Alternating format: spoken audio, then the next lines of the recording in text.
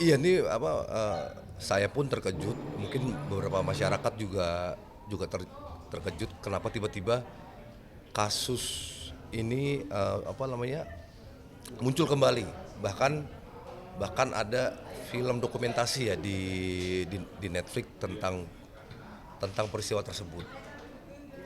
Nah, apa motifnya? Ini kita kan namanya apa namanya, bola salju lagi bergulir, banyak muncul apa asumsi ya kan, ada yang bilang A, ada yang bilang B, ada yang bilang C, ada yang bilang D itu.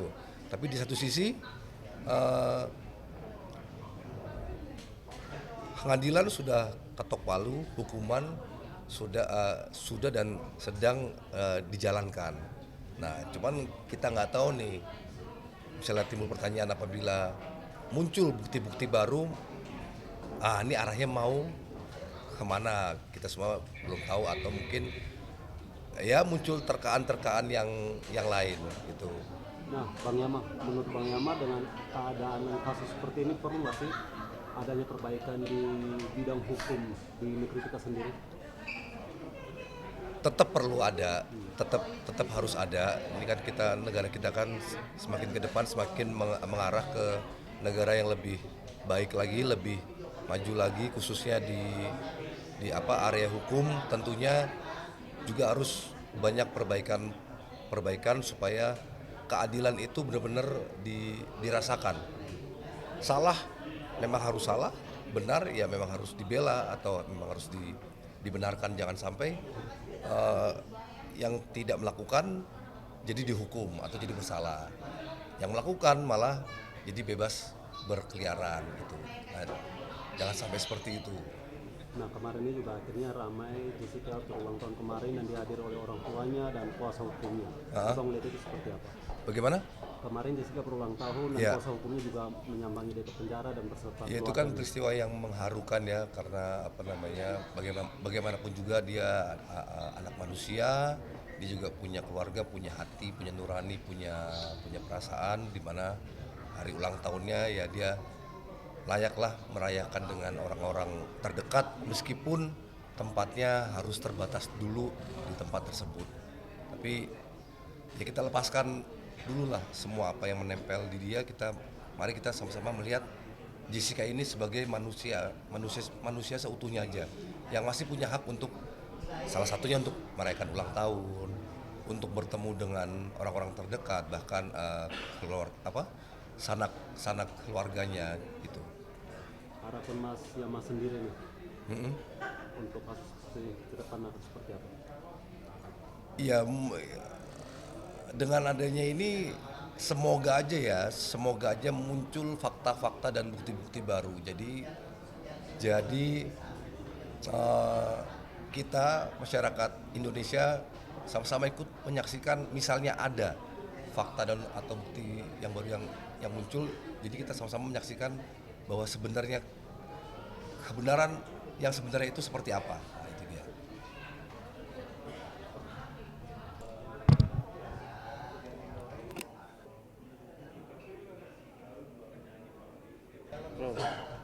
Bang Yama dan tim kita minta tanggapannya kan soal pihak kita tim kuasa hukumnya sudah resmi masukkan memori banding atas putusan kasus anak pengadilan negeri Ha-ha. Tangerang. Iya, seperti yang saya bilang sebelumnya, itu suka-suka dia lah, suka-suka mereka, suka-suka pendamping yang baru. Kan banding itu hak semua warga negara. Dia mau mengajukan, mau ngirim banding, suka-suka mereka.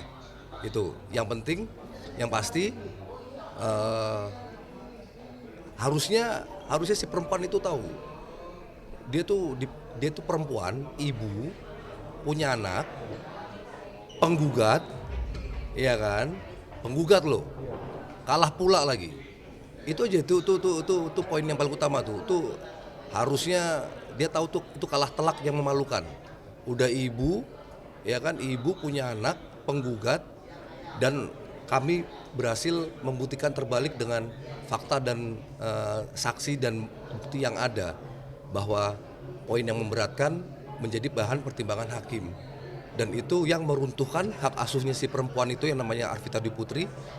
Hak asuh untuk mendapatkan anak itu runtuh. Ya harusnya dia malu, Dan harusnya pendamping yang baru tuh kasih advice yang lebih bijak lagi. Karena kalau secara dilihat dari gender, perempuan udah kalah, udah penggugat kalah sekali lagi nih. Penggugat kalah banding buang waktu. Dia pikir dia statusnya janda, belum janda dia. Saya pun juga belum duda ya. Karena ingat nih, pendamping yang baru juga harus tahu, PN itu begitu banding belum janda itu. Klien Anda masih istri saya juga masih suaminya dia, belum duda, PN. Iya, jadi Ini kan kasusnya kemarin udah diputus tanggal 1 September nih kan, Iya. kasus udah jatuh ke tangan Bang Yama. Tapi Marco sampai sekarang belum ada bersama Bang Yama sendiri.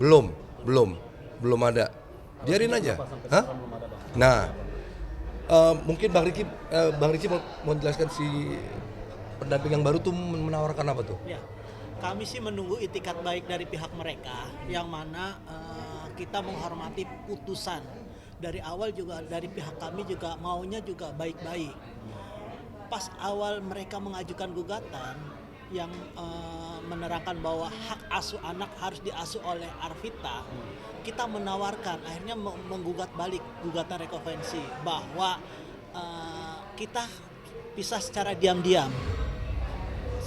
Secara demi ketenangan Marco, psikis Marco agak nggak terganggu, cuman dari pihak sana menolak semuanya. Akhirnya ya kita buka semuanya di pengadilan, dan nyatanya di pengadilan kita dimenangkan dengan semua bukti dan saksi. Itu dia. Oke Bang, terkait dengan mereka mengajukan hak asuh bersama nih, tanggapan dan iya. persiapan dari tim Nah, iya. Bang Yama sendiri seperti apa? Ya, dari awal kami sudah bilang kita mau berpisah baik-baik demi untuk Marco ya Bang. Ya. Untuk Marco kita terima dia. Kalau hak asuh bersama, mau gimana kesepakatannya, ayo gitu. Jangan hanya omong kosong. Kita menerima. Walaupun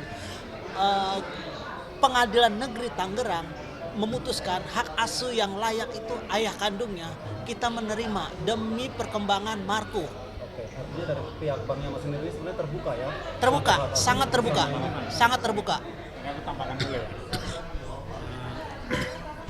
Oke, terima kasih. Pertama-tama kami mengucapkan terima kasih karena pada prinsipnya pembicaraan ini akhirnya keluar. Kami dari awal, dari hari pertama di pengadilan negeri, kami menyampaikan bahwa persoalan ini selesai apabila datang mengaku selesai. Kenapa baru mengaku sekarang? Pertanyaannya. Nah, tapi kalau misalnya mereka udah mengaku sekarang, oke, ini satu bentuk apresiasi. Cuman kalau udah mengaku, otomatis ada konsekuensi. Yang pertama konsekuensi secara psikologis dan lain sebagainya, silakan kalian tanggung.